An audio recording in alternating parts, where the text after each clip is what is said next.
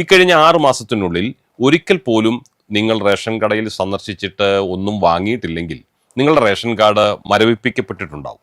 അതായത് നിങ്ങളുടെ കൈവശമുള്ള റേഷൻ കാർഡ് ഉപയോഗിച്ച് കഴിഞ്ഞ 6 മാസത്തിനുള്ളിൽ റേഷൻ കടയിൽ നിന്നും എന്തെങ്കിലും സാധനങ്ങൾ വാങ്ങാതിരുന്നിട്ടുണ്ടെങ്കിൽ സ്വാഭാവികമായും നിങ്ങളുടെ റേഷൻ കാർഡ് അസാധുവാവുകയാണ്. ഒന്ന് ആലോചിച്ച് നോക്കിയാൽ നമ്മൾ മലയാളികളിൽ ഒരു വലിയ ശതമാനം കുടുംബങ്ങൾക്കും റേഷൻ കാർഡ് എന്നത് നിത്യ ഉപയോഗ സാധനങ്ങൾ സർക്കാർ നിരക്കിൽ വാങ്ങാനുള്ള രേഖയല്ല, മറിച്ച് അവരുടെ ഒഫീഷ്യൽ ആവശ്യങ്ങളിൽ തിരിച്ചറിയൽ രേഖയായും മേൽവിലാസം തെളിയിക്കുന്ന രേഖയായും ഉപയോഗിക്കാനുള്ള ഒരു സർക്കാർ അംഗീകൃത കാർഡ് മാത്രമാണ് അവർക്ക് റേഷൻ കാർഡ്.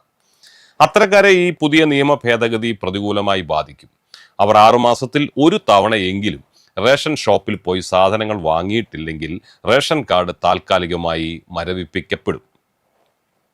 പുതിയ കണക്കനുസരിച്ച് കേരളത്തിൽ റേഷൻ കാർഡ് ഉണ്ടായിട്ടും റേഷൻ വാങ്ങാത്ത കാർഡ് ഉടമകൾ ശരാശരി 17.65 ലക്ഷം പേരാണ് എന്നാണ് കണ്ടെത്തിയിരിക്കുന്നത്.